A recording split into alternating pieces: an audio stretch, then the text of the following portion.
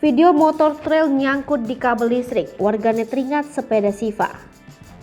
Viral di media sosial sebuah unggahan video yang memperlihatkan sebuah motor trail nyangkut di kabel listrik. Melihat sekitar lokasi kejadian, terdapat plang nama Lapasan Public Market atau diduga lokasi kejadian motor nyangkut ini adalah di Filipina. Namun, demikian video ini dibagikan lagi oleh akun TikTok @ultramenRBT yang menunjukkan kondisi dari motor trail tersebut. Terlihat dari video berdurasi 9 detik itu, motor trail yang entah milik siapa terlilit dan menggantung di antara kabel-kabel besar. Entah apa yang terjadi dengan motor trail itu bisa sampai terbang dan menyangkut di sana. Sementara warga di sekitar lokasi kejadian ramai menonton peristiwa tersebut sembari mengabadikan momen. Di sisi lain, tidak hanya masyarakat yang dibuat bingung dengan kronologi motor trail itu. Warganet pun langsung ramai menyerbu unggahan tersebut dengan berbagai komentar.